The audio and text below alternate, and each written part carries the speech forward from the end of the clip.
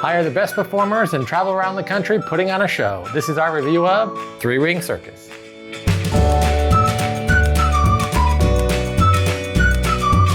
Ring Circus is an area majority hand-managed game about circuses in the late 19th century, and I had a lot of fun hiring the best performers to make my circus the best. I was excited for this at Gen Con, and I really enjoyed the demo, and I really enjoyed playing it after we got it back from Gen Con, but I do have some notes. We'll go over everything after this quick how to play.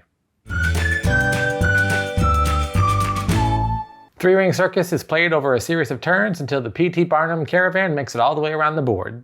On each player's turn, they can either engage an artist or perform a show. Engaging an artist is when a player pays to play a card onto their circus board.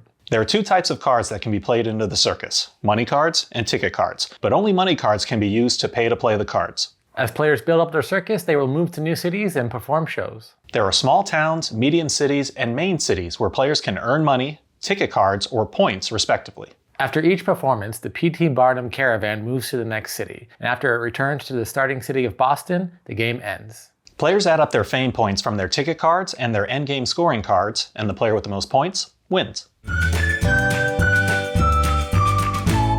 As I said in the intro, I was really looking forward to this at Gen Con. So the very first day, it was really crowded. Lee rushed through the lines and was able to pick up a copy before we got the demo because we knew that we were gonna want to check out this game and definitely play it, and we knew that it would probably sell out, which it did. And then when we actually got to demo it later in the day, I really enjoyed everything that was going on. And I knew that I really wanted to dig in a little bit deeper with this because I started to notice a couple things when I was like, that looks like fun, but what else can it do? It feels like it's not complete. It feels like it's missing some city cards because it comes with some city cards that you need to have certain performers to be able to perform at, and then you can earn points. That's how you get your fame points on the popcorn symbols. And the cards didn't feel like, it felt like there was a good variety of them, but it didn't feel like it flowed well enough with the city cards. I really enjoyed everything. It just felt like it was missing a few components to really push it over the edge. So I'm still really happy with that. It's still a lot of fun, but I feel like there's going to be an expansion at some point to fix some of the little holes that are here in this game.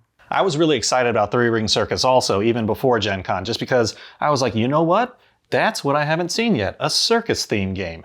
And this one, as I read about it more, it's talking about, build your own circus, hire performers. So you have your own little board here with the little circus performers that you add in there. And it's engine building too. Engine building, but there are times where you might actually cover up one of your abilities. And so you have to weigh whether you want to do that or not. So I always like those forks in the road where you have to decide like, oh, do I invest more in this or do I need to keep that for now and then try and do something else? So after really digging into it, the games that I started comparing it to when I started teaching it were Wingspan and Ticket to Ride. I feel like it's a combination of those two. You have your circus board, which has 3 rings on it, what they call rings, but they're rows, just like the Wingspan boards have the 3 rows, and you're filling them up with your performers, just like you would fill it up with your birds. And then you're going around the country on the main board, which is kind of like the Ticket to Ride, only instead of making the connections like in Ticket to Ride, you're just going to the different cities. Henry, one of the players we played with, he compared it to Carnegie, which I could see, but Carnegie I feel is a little bit more intense and heavy,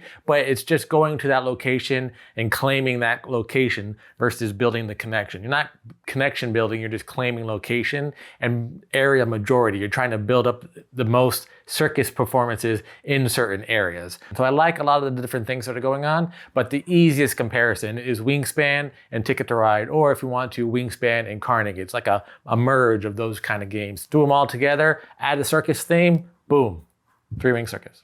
Thematically, I kind of got into it more because obviously it's a map with all these little trails. So I can just imagine like watching a movie or just being an actual circus owner like, yep, we're going to take the care, we're going to go here next and perform in that city. Like it's a small city, but we'll get some money for it. Like I can already play that out in my head. And I don't know. I kind of like jumping into board games like that sometimes because it really gets me into character when I'm the circus master. He put on the whole outfit, had the top hat, and was performing. Welcome.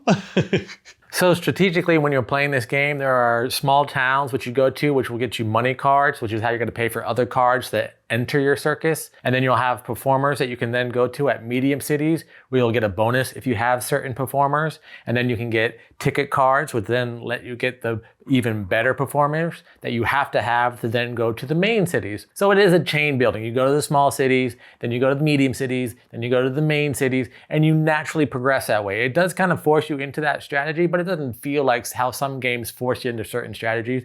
You could just get 1 or 2 performers and then go to the main city if you really wanted to. But the best way is to do small towns, then medium, then go to the main one, build it up, and actually feel like you're growing. As Lee was saying, you get into it and you feel like, all right, we're starting off small, guys, but we're going to build up our circus, we're gonna get better, and we're going to that main city, we're gonna go hit New York, those bright lights, the big city. It really does have that momentum as it's building towards the climax of the game. The mechanic where the PT caravan just kind of moves around as we do performances, they're also moving too.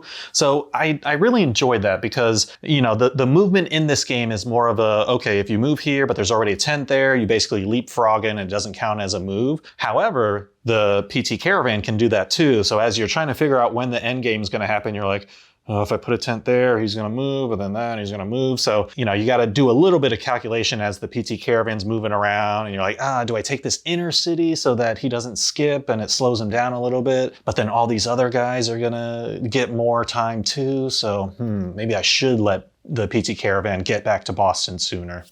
Decisions.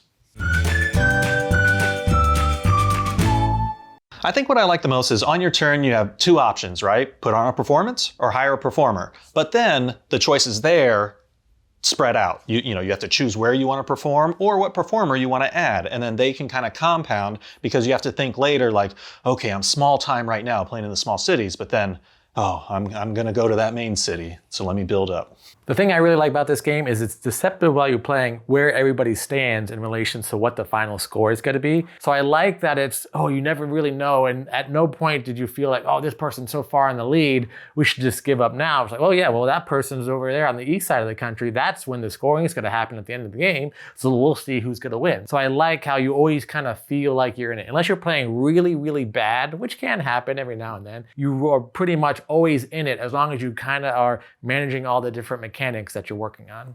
So what is it you didn't like about this game? The main thing that I didn't really like or took me by surprise was that whenever you went to the main city, you have to have this exact number and color of like the performer or the act, basically. If you had like, let's say higher, like this one needs a 9. So if you had a 10, they don't want to see that. They want to see the number 9. And there's only a limited number of number 9s in the deck. So once those are taken, it's like, I will never, ever be able to perform in Boston. See, the number 9 it's the value on the card, but it also represents the type of performer it is. And that's how they're doing it for multiple languages. So 9 represents a certain type of performer. Because also if you look at the card, it'll also have pictures on it. So number 9, I can look at it and I can see the number 9 wants a tightrope walker. Why it's like that is they're asking for a specific performer, and that's just the language thing on it. So it's not like, you need the number 9. It's like 9 just happens. It's asking for a certain performer. That makes more sense. Like this one is asking for the lion, which is a number 11. Now, what I didn't like about it is that there weren't enough of these cards. So I get that you had the certain things and each game can be different how you have it. However, right now we have a 4-player game set up and there are 5 cards on the board. It only comes with 6 of these. Why aren't there more to have more variety to change it up each game? And then once you have that, when you have the cities that do require certain numbers, there should be more of that specific card. Like Lee was saying, like, yes, number 9, which is the tightrope walker, there should be more of them so more people have the chance to get it. Or there could be like a backup plan, like you either need the one in the middle or you need to meet the other 2 requirements. So you need a blue higher than 11 and you need a purple lower than 11. If you can meet those 2 requirements, then you can still go to that city. Some kind of backup plan so that if someone doesn't get that one particular number, then they're okay. Having said that, you don't really have that much time to go to all 5 cities. So you really need to find like 3 cities that you can go to really make it work.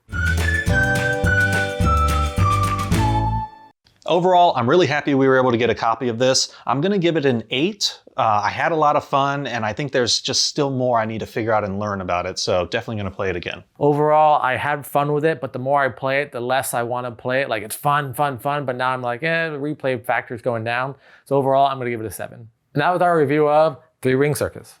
What'd you think? What's your favorite circus act? Let us know in the comments below. And if you're enjoying our content, please like this video and subscribe to our channel. Until next time, I'm Lee. And I'm Kenny, and go party like a board gamer.